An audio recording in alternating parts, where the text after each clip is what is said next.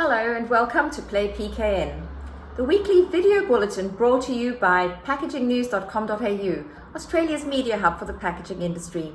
I'm Lindy Hewson, publisher of the magazine, and bringing you the top stories this week. Once again, of course, not surprisingly, the coronavirus pandemic is the prevailing theme.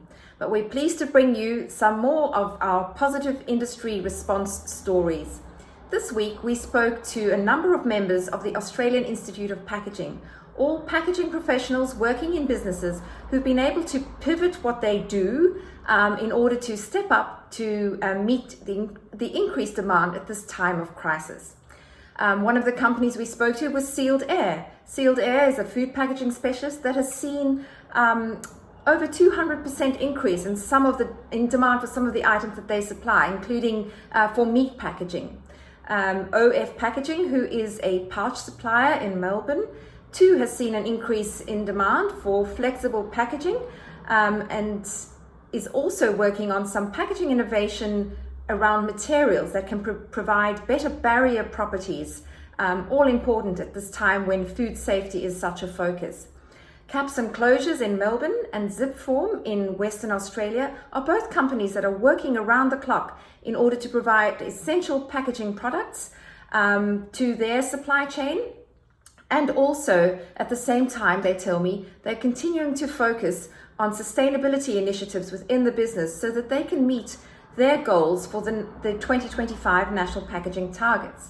Another company that we spoke to is global packaging giant Tetra Pak, who has always had food safety in its packaging as a priority. What Tetra Pak was able to share with us this week were a number of the global trends that they're seeing emerging for their customers and the end users of packaging brand owners.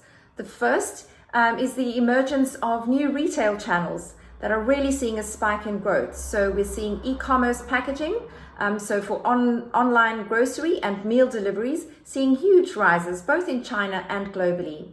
We're also seeing a change in the way consumers are purchasing or spending their money with a shift to back to basics purchases. This is driven in primary by their demand for wanting to stock up what they call a pandemic pantry with basic items. Beyond this crisis, once we emerge in the new normal, Tetra Pak predicts that as we saw in the post-SARS world, consumers will navigate their food preferences, their food choices towards products that can offer them increased nutrition for longevity, greater immunity boost, and also products where they know the quality of the source of the product.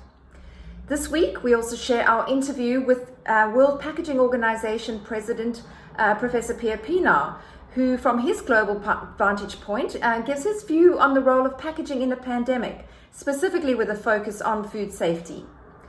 Meanwhile, in other news, we publish the call from the New South Wales government for companies that are able to step up and help supply products that are in short supply, specifically medical equipment and hygiene products. As we know, and as you've read on PKN up to now, many companies have already risen to the challenge, supplying masks, supplying hand sanitizers and the like. And finally, in some lighter news, just in time for Easter, Chobani, our famous yogurt maker, has released a limited edition yogurt called the Chobani Easter Flip, transforming its brand name on the pack from Chobani to Chobani and bringing some delightful, fun graphics onto the packaging as well. So if you're going out there to do some essential grocery shopping, why not put that on the list? It's just the pick-me-up that we need at this time. So for more on this and other stories, head to packagingnews.com.au. That's it from me this week, Lindy Hewson, signing off, and on behalf of the PKN team, wishing you a safe and happy Easter at home.